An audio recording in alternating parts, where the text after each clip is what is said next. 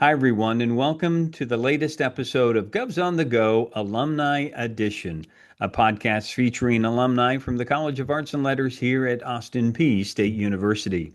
My name is Dr. Buzz Hoon. I'm the Dean of the College. I'm also the host of the podcast. And today I'm talking with Art Ruangtip, who is a graduate from 1997 in music. Art, so great to talk with you today.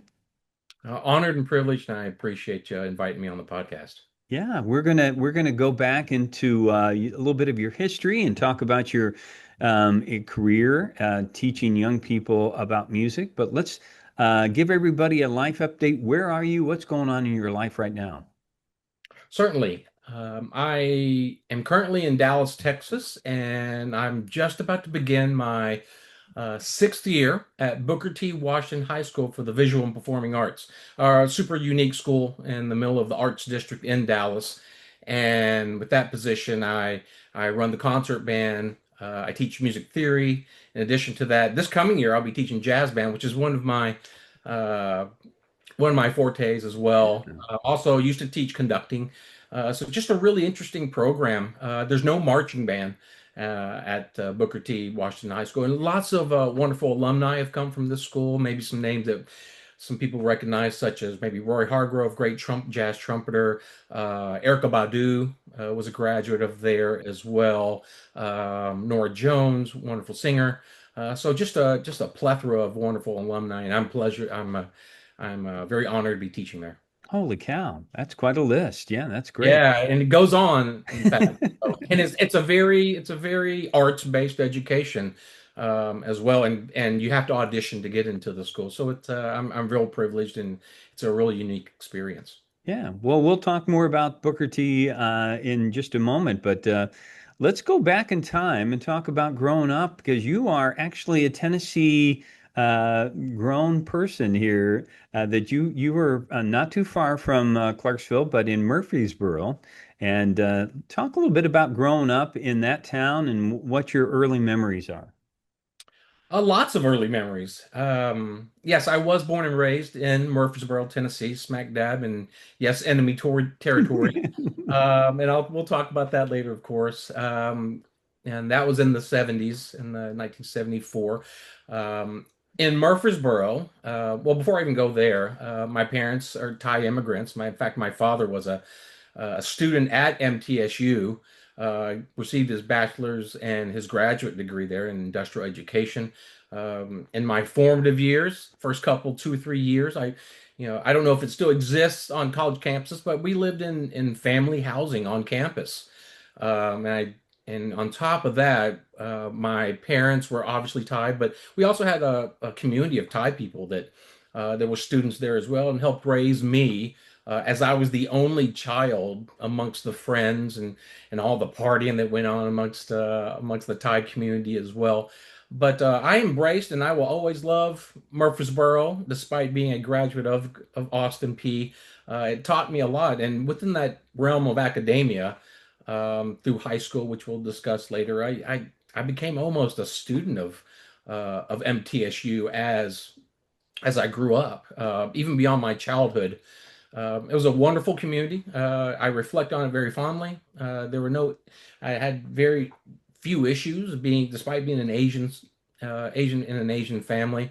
I always felt comfortable going wherever I need to go, and same with my parents. We felt very comfortable. It became the home for my parents, Yeah. uh, even to this day. So I cherish my time in Murfreesboro, being smack dab in the middle of the state. There's something about having a higher education institution in your backyard, isn't it? About just the stress on excellence in academics from when you get started as a young person all the way through that they're just the community, I think, has that expectation. And you bring that up, and I agree 100%. Being in that sense of academia, there's a sense of open-mindedness, of curiosity. There's no agenda. I never felt an agenda, and if it was, I was naive to it, or I'm not sure. But yeah, that's having that in my backyard. I growing up through elementary school and middle school and high school. I felt like I was a student there for the most part. I got to know some of the faculty, the music faculty, and the students there, and we built a relationship. I kind of had that pathway leading there, and again, my history in Murfreesboro is very fond. And when I go back and go see family, I'm always just kind of doing the rounds and see what's changed in the city, things that are still familiar. I was born in that hospital. I remember when I got into trouble there, or whatever, Yeah, doing I probably shouldn't have been doing. And this town has grown exponentially, just for like sure. Clarksville. Back when I went to high school there, and even middle school, there's only one middle school and two high schools, Riverdale and Oakland, and obviously that's expanded quite a bit now. So it's certainly a hub of Middle Tennessee, and again, I reflect very fondly of it. Let's talk a little bit about your parents. You said your dad was a student when he came here, but he had a fondness, you say, for American music. In fact, he had a wonderful record collection, and you also talked about your mom's cooking. Can you talk about them? Yeah, my parents, humble beginnings for them as well as myself. Raising myself as the only child. I think about the responsibilities. The parents had me when my father was a graduate student, and while working a job as well. So really humble beginnings, living in family housing. Yes, my father was an amateur musician. There was a Thai band that did Thai gigs only. He played bass and guitar, and to be not to give too much away, but my parents did split. And my father would take me to rehearsals all the time. And I just had that music immersed in me. And he would have to take me to the gigs with him. And while I'm just sitting running around the building where I Yeah. was. And yes, my mother was an incredible cook, but also by my father. And I think it's part of me being a musician. My father had a really extensive record collection consisting of rock, of the time, especially like Bee Gees and Beatles, and they would play those tunes on the gig as well. So I would just hang out, and I always had music going on.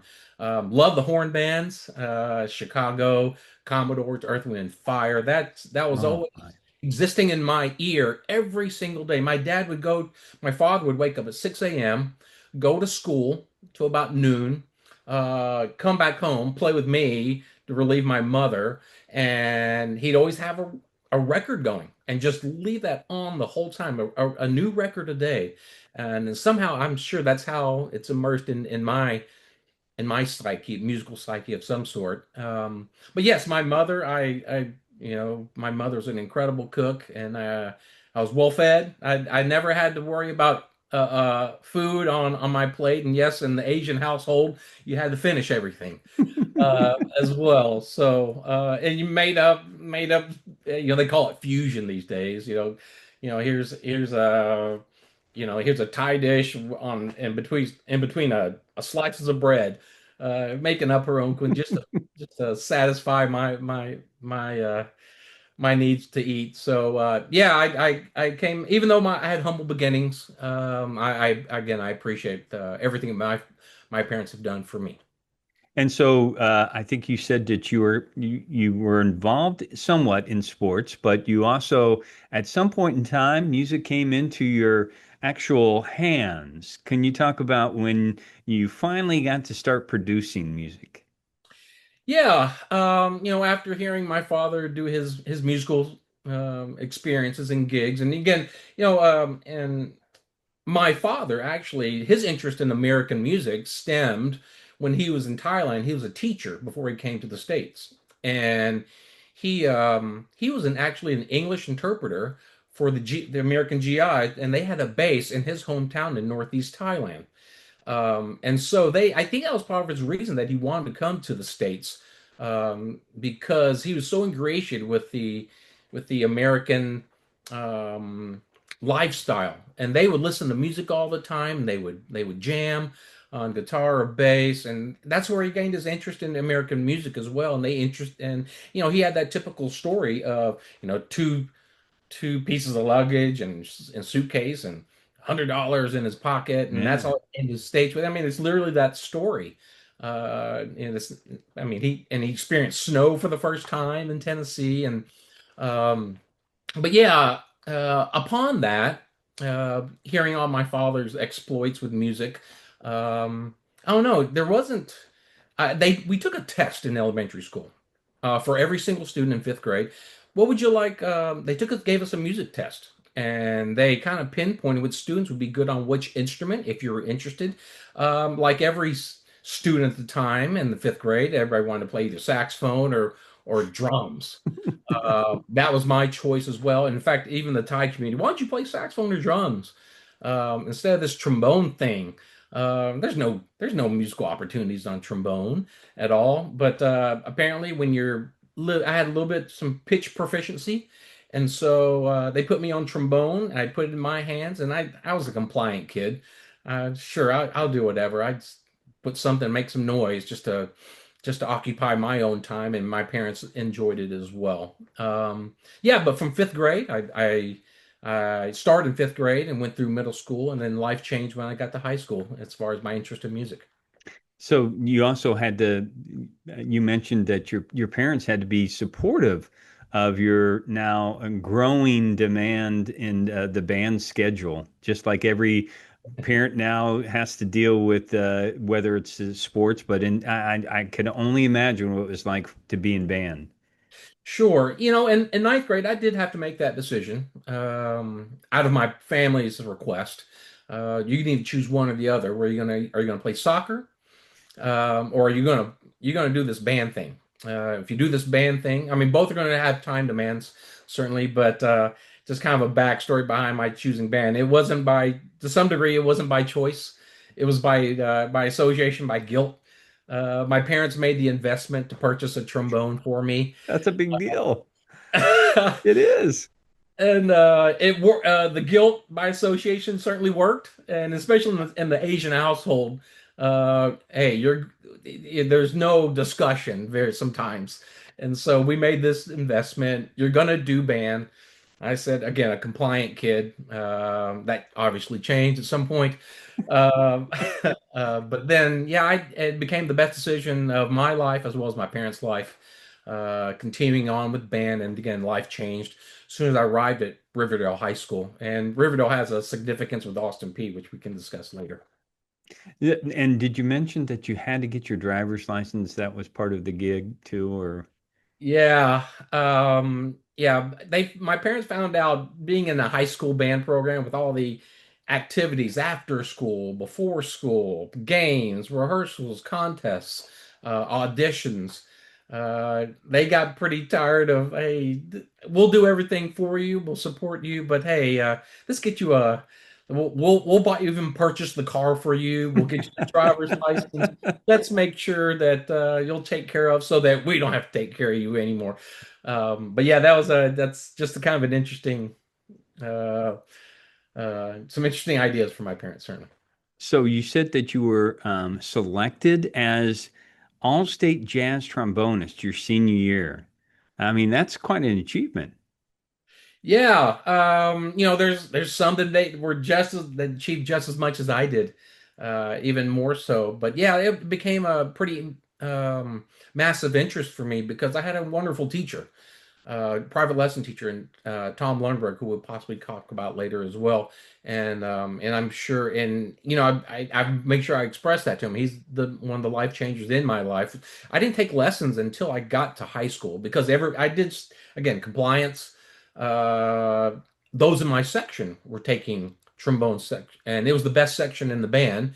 So like I want to be part of the best as well. So I took lessons from Tom Lundberg, and he was one of the gurus of trombone in Middle Tennessee, and I can credit him to whatever success and achievement, and accolade, enjoyment for the trombone that I personally had. So now that you're in a position where you're educating people like you were in that position those years ago, I mean, uh, the opportunity to have supportive mentors and people that opened up your world to music like that, I mean, that's uh, such a gift. I'm sure that going through it, maybe you just think, okay, well, this is my teacher for today, but you don't realize those people because they have been, exposed to so many different kids. But what a great acknowledgement for them too, that you now see how impactful they were on your development. Certainly. And, as you know as well, Dr. Hoon, none of us that are successful, uh, somebody gave us a path. That's And right. we're all, and not just the adults that were in our lives, but also other students, colleagues. I can talk about that regarding when we get to the Austin P discussion. But yeah, none of us are where we are, when the work was done alone. We've all had guidance, and I never forget that. In fact, I recently met up with Tom Lundberg recently this past fall, and just reflected on the times that we've had together. And he became my mentor even beyond, even currently. And Really. I appreciate again what he's done, and again so many people to thank and be gracious for the things that I've been successful at in my career. Well, it's such an excellent high school that you went to, and a great program that helped get you into that all-state position. And as we've kind of alluded to, Middle Tennessee is right there. And I think you even said you kind of assumed you were going there, but somehow Austin Peay slips in. And I don't know how that happens, but I'm grateful for it. Tell us that story. If I can be very candid, I did not. I'm going to use a strong word. I hated Austin Peay as I was going through high school. Sure. The reason why, because my father was a graduate. I went to these master classes, and I was pretty much I was getting a free education at MTSU. I went to a lot of these concerts and knew the faculty, knew the students.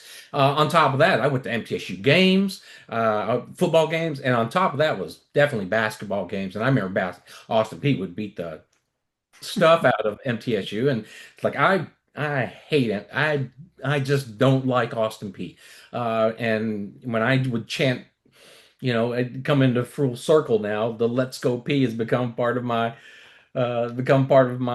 being now. But yeah, I was on that path. It was pretty much a guarantee almost for me to go to MTSU. But then there was a student, my senior year. I didn't think about Austin Peay until I considered probably about my junior year, because I went to some master classes at Austin Peay as well, music master classes. But there was a student, and I'll credit him, shout out to him, Brian Hogg, who's now the professor of jazz studies at Northern Kentucky University, just south of Cincinnati, actually. He was a student on saxophone, and he and I were really good friends prior to. He lived in Laverne, actually. He went to Laverne High School, and so we would always, we jam, play jazz, and hang out and do stupid, silly teenager stuff. But he was a student there, and he just raved about his experience at Austin Peay. In addition to that, um, I'm sure you've heard this name, Mr. Bob Lee. Oh, yeah. He was the band director at the director of bands at Austin Peay, but prior to him being appointed to Austin Peay, he was the director of bands at Riverdale, actually. And so there was a connection there, and then he and I built a connection my junior year. I don't know if you knew that. No, I didn't know that. That's news Taught at to me. Riverdale prior to his appointment at Austin. Okay. So then, there was some recruiting, obviously some recruiting on when you come on, you've got some skill. And plus my current the band director at the time, Mr. Ron Mears, and he were colleagues, as well. So they certainly endorsed, Austin Peay as well. But, sorry if I'm getting a little bit off track. Yeah.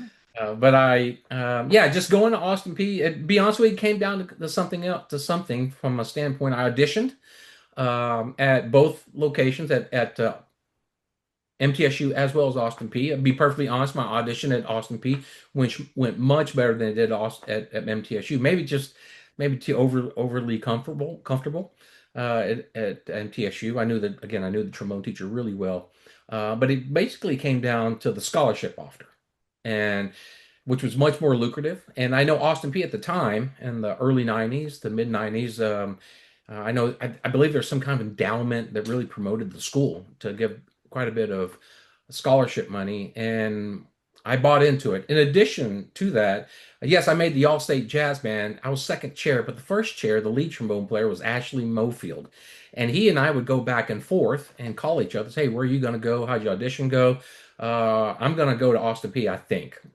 One of us would say, and I think we decided wherever he went or wherever I went, we would go and so Austin Peay ended up having the first two trombone players from the All-State Jazz Band. Nice. And I think what helped the why we got offered lucrative scholarships as well, because the trombone studio was a little limited as Need to far as grow it. the amount of students. It's like you covered sports at some point. Maybe you need more forwards. You need some power forwards in your on your basketball team. And so they offer those opportunities for us, and we Ashley and I remain incredible friends to this day. Well, that leads me into this question. I think, my daughter played in marching band in high school, and I was very grateful for that experience. And part of the reason she maintained that was because the relationship she had with other people, and that really, I think, shows that you don't make decisions sometimes just as an individual. You're making them because you want to be part of a group. I think band is the ultimate social and team activity. And I'm probably a little biased, but you've been through this experience obviously with your daughter. You're meeting students your freshman year, even prior to even attending the high school with the band camps uh, Hmm. prior to. So you develop instant relationships. You pass people by the hallway. Hey, I've seen that face before. At least I know it. And or you see people in your section that you really gained a relationship already. But the social aspect of band is the best. And I think what my parents loved about band just kept me out of trouble or anything else. Just That's kept me true. occupied on a Friday night and Saturday contests, and kept me busy and active. Because with band, it's somewhat. I mean, it's not athletic as football or anything like that, but it's still activity, and it cultivates. There's some connection with music and this and the spirit of band. There's something to it that I think it's a shared activity, and it's one of the big reasons I'm still part of this after 25 years of teaching.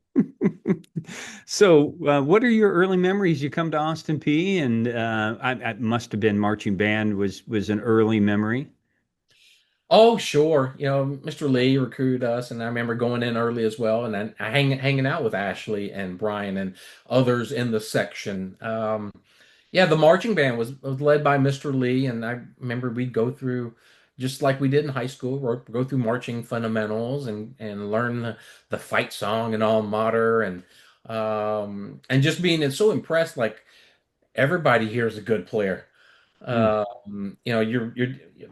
Everybody in, if you're a music major at Austin Peay at the time, you had to do marching band. Part of the scholarship requirements and prerequisites to be part of that. Yeah, I remember looking at trombone, like everybody in that trumpet section can play, everybody in that clarinet section can play. Everybody can march. You don't have to worry about people that have two left feet, can't coordinate tempo with their feet. And that's always one of the issues when you do high school band is those people who are a little, or those students who are a little more uncoordinated, and which I had to go through as myself. And no, it was the social activity, even in college band as well, and even in my 5 years of marching band, certainly appreciated the camaraderie and the teamwork. What other professors do you remember during your time here? Too many. And I can run down that list. Obviously, Mr. Lee, he was just the epitome of noble Mm. and gentlemanly way about going and teaching music. Taught us how to be professional. Um, Obviously, the musical part. I think I reflect on my jazz experience at Austin Peay at the time, and I apologize, I haven't kept up with Austin Peay's jazz program, but I was active in the being an all-state trombone player myself in it, and I keep bringing up Ashley because we were so influential to each other. But we got immediately immersed into that jazz band program with Mr. Rick Steffen. I don't know if you got or you may have heard of him as well, but a guru of trumpet, and owe a lot of my success to teaching jazz band through Mr. Steffen. But just an incredible person, and that's what I can say about every single faculty member, music faculty member at Austin Peay. Jazz experience also Mr. David Steinquest. He I think just retired. Yeah. recently retired. Just incredibly smart, and thoughtful, but funny and humorous as well. Always had a great analogy for everything. Was also taught us theory. I think about the instrumental, even the woodwinds. What's cool about Austin Peay is that you get to know everybody, not only the students, but you get to know the faculty as well. I think about Mr. Dr. Clark on clarinet. I still use his clarinet pedagogy to this day as a teacher. Miss the flute teacher at the time, Miss Van Arsdale, and then obviously trombone player. My trombone teachers. I had the one I spoke of previously, Mr. Tom Lundberg. He became our teacher the first year, my first year at Austin Peay, and they went the direction change, and we went with the who happened to be the. She was my next teacher was the wife of the horn teacher. So she became my second trombone teacher, and then thirdly was the next trombone teacher was the associate principal from the Nashville Symphony, and she was pretty life changing as far as teaching me how to do trombone. But yeah, this just the whole faculty, even like Miss Silverberg or Dr. Silverberg, Yeah. I think it's still there, Still here. teaching history. The vocal faculty, Dr. Thomas King, was our Phi Mu Alpha sponsor. Just an incredible, there's one time I'll share about Dr. King. For some reason, he knew I didn't tell him, I didn't expose it, but when you're a college student, you get broke at times. And he just gave me $20, and Hmm. yeah, I said, here, I'm sure you could use this, and I said, you don't have to, I'm okay. And he goes, no, I mean, we've all been through it, Dr. Hoon. So, when you're Yeah. broke, just do something, generosity out of the kindness of your heart. And if I could share one other thing as well, during my time at Austin Peay, speaking of the faculty, my mother passed away in my third year at Austin Peay. I had a great community of students that helped me go through that time. But I want to tell you, the faculty were incredible as well. I'll never forget.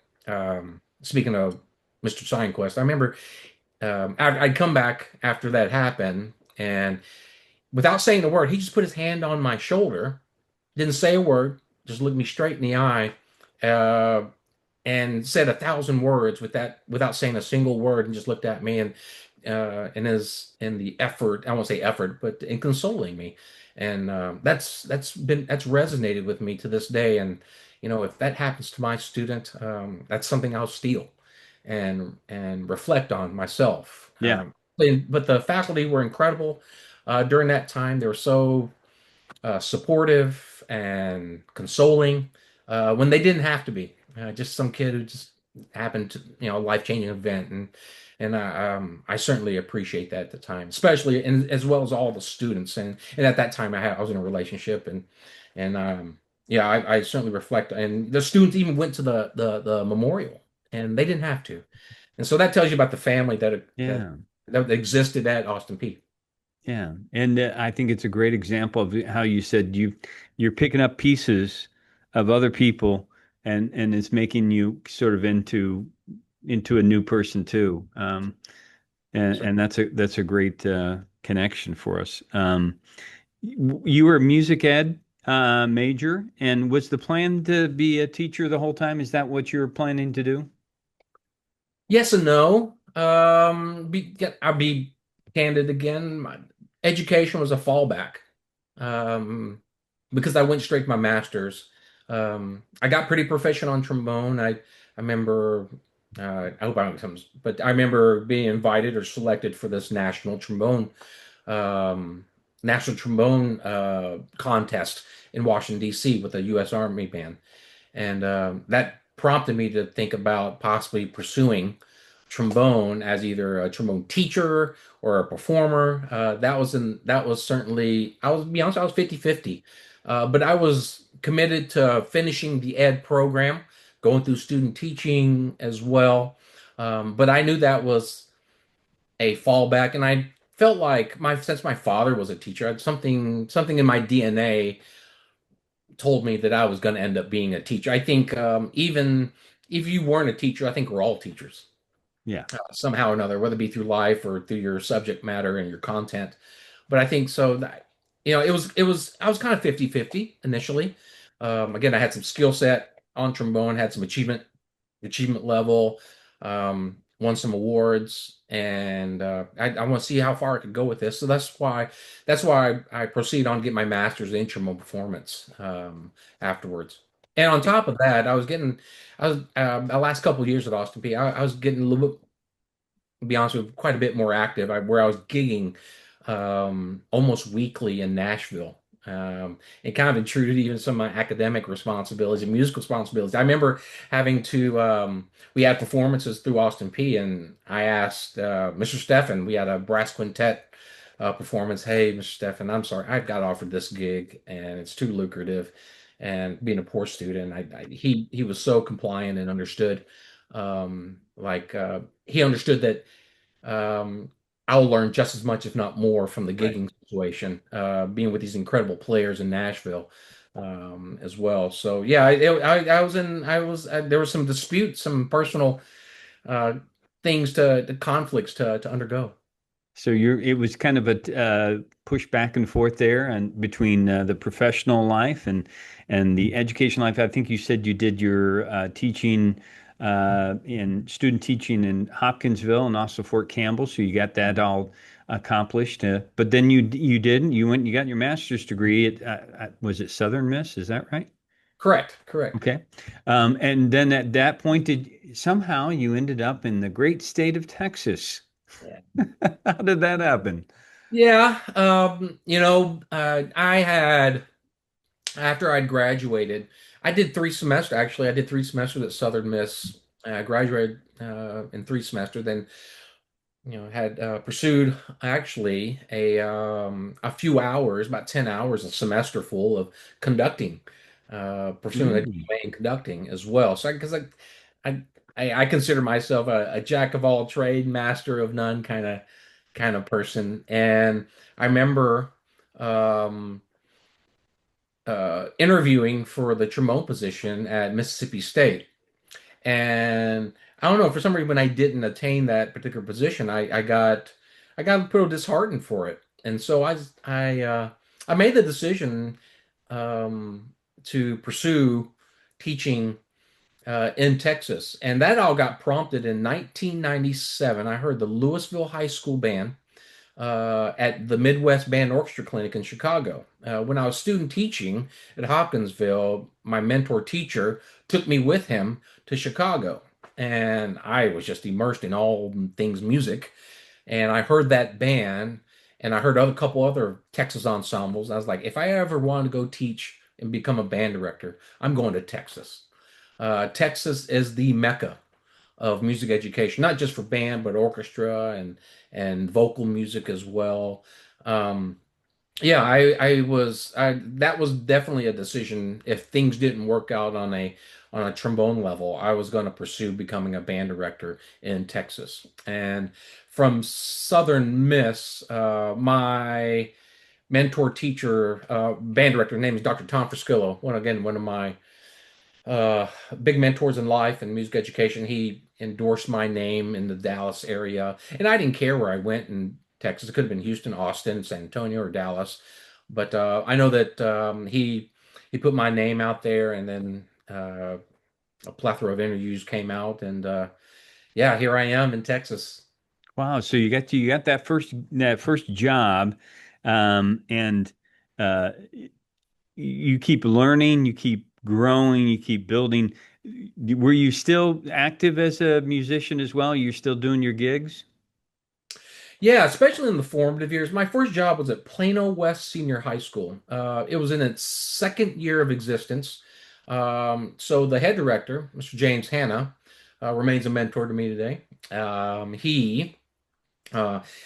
he was running the program by himself, and so they did need an assistant band director. Dr. Friscillo endorsed my name, uh, and I thank him for the rest of my life for it, as well as my trombone teacher. Uh, Ironically, I had three female trombone teachers in a row, which is rare Yeah, in the brass world. And obviously, it's not about gender, just about the learning process. But Dr. Hoffaker and Dr. Friscillo endorsed my name through him, and then, but as I went through and started teaching in Plano West, the trombone private lesson teacher heard me play a little bit and said, "Hey, man, you play okay. Let me hook you up a little bit." And so what you do, name just through the waves, your name gets out, and started playing with some big bands. And at the initial stage when I was gigging in Dallas, and it was all jazz gigs, I you start with the low tier opportunity just to build your name, as sure. as we all do. It's like I think about if I started in higher education, I might have been nothing at South Dakota. I could have been at South Dakota State Tech Community College at first. Sometimes you got to start on a low level, and I started low level on my gigging life, and then eventually it did proceed into more lucrative situations and with really incredible players here in Dallas. So yeah, and at some point you decide this is where I'm going to be. I'm going to continue to be educator here in Texas, and you got different progressive jobs along the way. And I think you mentioned I'm trying to think of the name of the high school. Was it Rolette? Yeah, I ended up at Rowlett. I went to Plano West Senior High School first for 4 years, and then 8 years at Saxe High School as an assistant band Uh-huh. director. Um, and those were great learning opportunities for me. I had wonderful head director mentors that prepared me to whatever I am right now, and ended up after that became a first time head director after 12 years. In my 13th year, became a head director. It usually takes about 7, 8, 10 years to become a head director in the state of Texas because your name has to build and your success has to build as a teacher and in Texas, everything is bigger. And to be perfectly honest, it's a highly competitive situation here, whether it be for jobs or you're competing Right. as a band. It's not to downplay any other states, but Texas is, and it's because football is so big here as well. But yeah, my first head directing gig was at Creekview High School. It was a high achieving group as well. Came in with some strong recommendations there. I spent 3 years at Creekview, become head director. Then I moved closer to my home. I was making that 45-minute drive. Now it became a 20-minute drive to Rowlett High School um, as well. And then at Rowlett High School, pretty much I would say, and again, nothing against the previous schools I worked at, but again, high-powered situation, Yeah. high pressure, high achievement level. A very high level expectation that comes with that particular spot, with that particular position, with the marching bands, concert bands, and especially the jazz bands as well. It was a three-ring circus that had to be managed, and I myself and the assistant had a great staff there at Rowlett to help out with myself and helping manage that's the band program there. Sure. And I certainly understand that you, as a young person, you keep growing, you keep developing. People are supporting you. They believe in you. You sound like you've had great mentors along the way, and you continue to get to a place where, as you say, the challenges, the expectations, everything is at a very high level. And that's sometimes. That's exactly what you're building for, and sometimes you come to the realization of maybe this isn't what I'm meant to do. Right. Um, and talk a little bit about where you currently are. Sure. Well, before regarding Rowlett High School, and again, life story. My first year at Rowlett. Anytime you do something the first year, there's always going to be that bell curve of adjustment and expectation, and how to meet those expectations. And if I can project a lesson, I remember my father had become terminally ill Mm.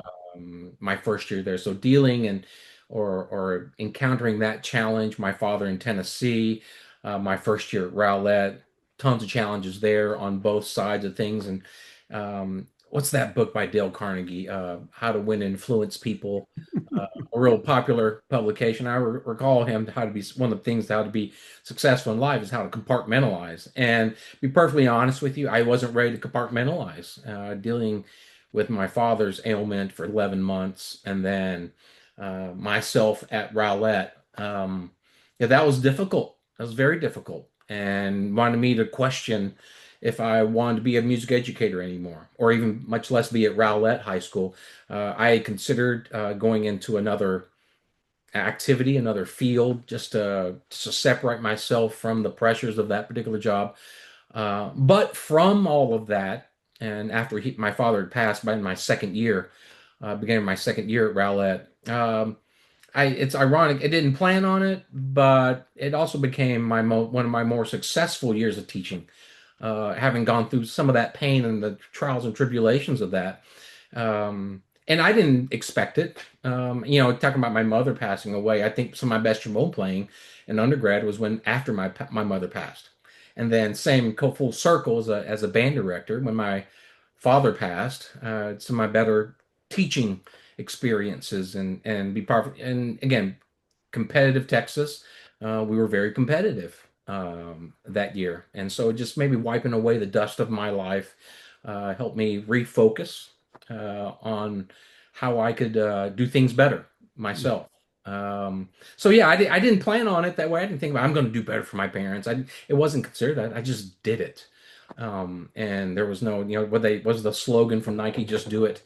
Yeah, I just did it. I didn't think about it. It just became the responsibility of the time, and yeah, in fruition, it came into full fruition for me at that time, and it had some of my best ensembles that I've ever been in front of as a jazz musician, as a marching band director, and as a concert band director.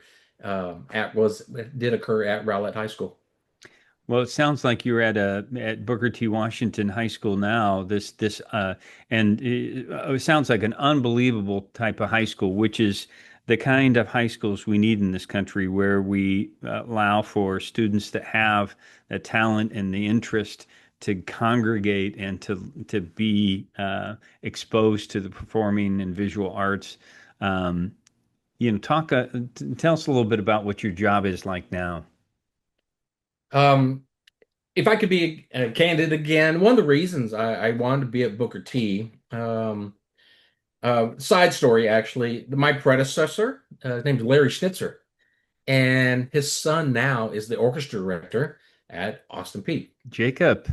Yes, that's correct, Jacob. And so, but side note as well. But my predecessor had asked me if I would like to consider the Booker T position. Um, the back of my mind was like, well, I don't have to worry about marching band anymore because that's a monster. Yeah, Especially these days, having to coordinate that. And these days, it's such a, I know a lot of band directors that there's a personal expense to run a marching band with the countless amount of hours, how it affects home life, your personal well-being, and especially post-COVID. You encounter there's some things involved with running a marching band, and to be devoid of that responsibility was very intriguing. But secondly, I know that Mr. Schnitzer, Larry Schnitzer, he had built the concert band program, had built that up. Prior to his particular time there, the program um, had undergone some issues. Let's call it what it is. And he had rebuilt it up for the past 10, 12 years, and then asked me if I would be interested. One of the sacrifices and would be financial, because when you run a marching band program, you get a pretty healthy stipend at sure. times. And so, but also I think about three words, and in consulting myself and some mentors of mine at the time, think about the peace of mind you'll have, where those Friday nights, you're at home. On those Saturdays in the fall, you're at home. You're at home. On You got Mondays, time. yeah, on Monday through Thursdays, you're not sweating. And as you possibly know, summers and weather in Texas after school at 4 o'clock to 5 to 6 o'clock can be a little intense. Um, so there's a lot of peace of mind involved, and so there's something to be said about that. Sure. but no, I knew that the program had taken had risen since in his time since he had taken over, and plus the responsibilities. Again, one of the things I had to sacrifice was that I love teaching jazz, man. But they already had a jazz teacher on campus, and still do. Um, yeah, I run the concert band, and the level of literature is not the same as what we did as far as difficulty at when I was at Rowlett or at Creekview, but it's similar enough to really focus on some things. When at Booker T it's different. We have something called block scheduling. I only see the kids every other day with my ensembles, as opposed to the other previous positions, it was every day. So the level of training and fundamentals and all the things you want to work on a little more compact. Hmm. And so there are different kind of challenges everywhere you go. I never forget Dr. Friskillo, my band director at Southern Miss, would say, "The grass is always greener, but it's always over a septic tank." Uh, I'm going to remember that one.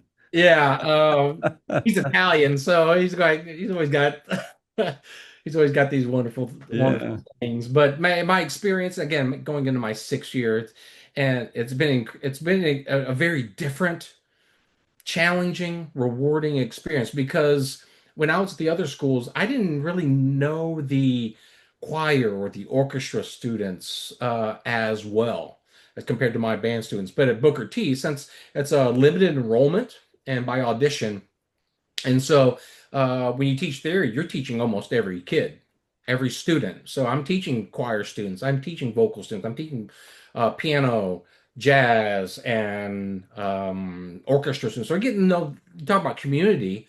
Oh, this is the ultimate community. Typically in my previous school, we'd have about 2,500, 3,000 students up Holy to. cow. Yeah, and for the entire enrollment of the Yeah. school.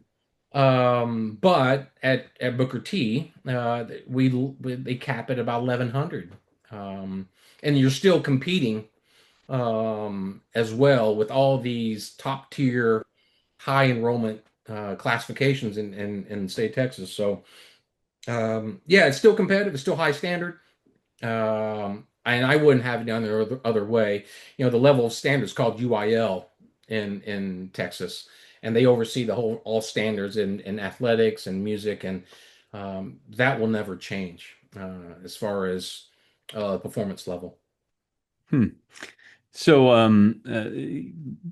the positives, the challenges of being in high school music these days. I mean, let's address the challenges first. What do you see as some of the biggest challenges for a young person that might be considering going into K through 12 music ed? Um, for the incoming student, I think about I reflect on post-COVID, the residuals of post-COVID, not only for students, but I think for us as educators as well. When you're stuck at home trying to tell a kid, "Hey, unmute. Hey, turn your cam on." Hmm. I'm sure we all reflect on those days. In fact, getting here on Zoom is like, what do I don't remember because I haven't used this so long. But I think about um, the all the expectations for the current student in music education, and then what they have to encounter. Um, Students these days, like current middle school, elementary, or K through 12 students, unfortunately, and maybe fortunately, they become labeled and having to accommodate some of those levels. Maybe they have this particular um, uh, issue that they're dealing with. Could sometimes, I figure out with every student in my time as a teacher in 25 years, there's always something behind something. It could be home. And the only home they have is that band room or the choir room or the orchestra room or whatever room. Um, I think that every I think it's important for those who are about to enter music education. Uh, Make sure you take care of yourself. Then you'll be able to take care of others better. One of my mentors, his name is Glenn Lambert. He used to be a fine arts director in a neighboring um, district, and I remember him vividly saying, "I make sure I take care of my assistants and those teachers below, under, I don't say under or below, but that work in my district, I make sure I take care of them. If they aren't taken care of, then they can't take care of the students Hmm. I teach. And so that's resonated with me at all times. So if I've had a couple of student teachers in my time, and I make sure I take care of them just as much as I take care of my own students, so that they understand the expectation, what's about to go on. Sometimes you have to be, um, with those who are about to enter the field. Are you able to address a parent issue? Are you able to address a student that suddenly just walks out of the classroom? Are they able to address uh, what's their patient level? A student who just isn't able to achieve because maybe there's some block in learning ability. Those special ed classes that they're taking, take note of that. Take note of, and be cognizant of how to address those situations as well. So yeah, it's certainly challenging, but the challenges and the rewards are so equal. Yeah. Yeah, I'm just wondering if you've had an opportunity to reflect on when you came in 25 years ago and where you are now, and see where, how much you've grown as a teacher. Um, I don't reflect myself. Yes, teaching is a craft. I always Hmm, consider it a craft. absolutely. It's something you build. That's why you go to conventions and to seriously learn and learn from masters of the craft and the art form. I think about what I've grown as a person, more than anything else. And we've all been through hills and valleys, and sometimes those valleys seem so dark, and sometimes those valleys seem so easy at times. It's okay to the middle ground, and um, being stable, and sometimes you can compromise, and sometimes not being perfect is okay. And sometimes a good decision is just as good as no decision. And so in my time, I think I've reflected myself as a person more than anything else. I didn't get married until my 10th year of teaching with my wife, and that's because I became a better person, and she's made me a better person as well. And me being a better person, I become because of her. I've been more patient. I've been more. I listen better. I think that's such a, I think listening is one of the key words as a music educator, not just as far as listening to music or listening in a rehearsal setting, but listening to those, people come to you, I'm sure, Dr. Hoon, and ask for mentorship. And sometimes you put the tape over your mouth and make this part of your body the most active and largest part of your body. And once you intake that, and you decipher what works best for you. But yeah, again, reflecting on myself as a teacher, I think of myself as a person, and I think patience is, if anything, it's patience with myself and patience with students, and the sense of compromise has been so much better for myself. Sounds kind of jazzy to me. So I'm wondering, are you still playing? I do when I get the opportunity. I enjoy it. I do have my own policy. Like if I get called, I need 2 weeks in advance. Kind of like getting away or leaving the job. I need 2 weeks in advance to prepare for it, to get myself back in shape. Because playing trombone, it's a physical, Yeah. almost athletic situation. And so I got to make sure I get back in shape, make him get all over the horn, up and down it, and play and say things what I want to say through the instrument. So because then I want to do you always want to do a good job. And the best part about doing gigging is playing with other great musicians. That's the best part. And knowing, boy, sometimes you better step your game up because you got to Hmm. play with these guys. Because if you don't do well, you may not get the opportunity again. And as we know, I'm sure yourself, Doctor Who, sometimes you only get one. In the music world, they do judge a book by its cover. Uh, the opportunities don't exist very often, and if it's one time that you get that opportunity, uh, you try to make the most of it. Well, I know you've got a chance to talk to a lot of students in your position, a lot of people that are considering whether or not to continue on in with music as a part of their lives. What kind of recommendations do you have for our students? make your hobby your job and make your job your hobby. Um, Dave Chappelle, great comedian, talks about what's your price, and would you rather make 50,000 doing what you love, or 100,000 doing what you hate? What is your price? And you know, I'm very lucky, very fortunate that I get to share my hobby, and my hobby remains music. When I come home, I listen to music on the radio. It's either sports radio or, but sports radio become a little toxic for me, especially here in Dallas. Don't talk Cowboys with me. Mm. Dead Dallas Cowboys. But nevertheless, you know, I, I still a fan of music. I still collect music. I still play music. I still talk music. When I'm with other band directors, I talk music. I consult. I get consoled. I get mentored. I provide mentoring. It's the whole system, Yeah. and I love it. And again, I reflect back on myself being Asian. What's great about music? It has no it's all inclusionary, and that's what I love about the activity. I never felt that way when I was at Austin Peay or Southern Miss. And let's be real, I mean, it's the South, and you never know what can occur. Have I had those moments? Certainly, but they weren't music related. They weren't school related. They weren't university related. So I certainly appreciate that. But with with incoming, those are about to enter the music education field. I hope your job's your hobby, and your job is your hobby, and your hobby is your job. And then also, like I discussed before, um, be open-minded. I would say the first 8 to 10 years, and even beyond that, keep your ears open, your heart open, your mind open. Be open. There's information wherever you go. I mean, like learning about yourself, Dr. Hoon. It's like, I had no idea that you were into sports broadcasting. Yeah. That's incredible, and I'm a sports fan. So, that's a way that maybe perhaps you and I connect. And I think about the networking of this situation. You never know where you're going to have that need. Sharing a story.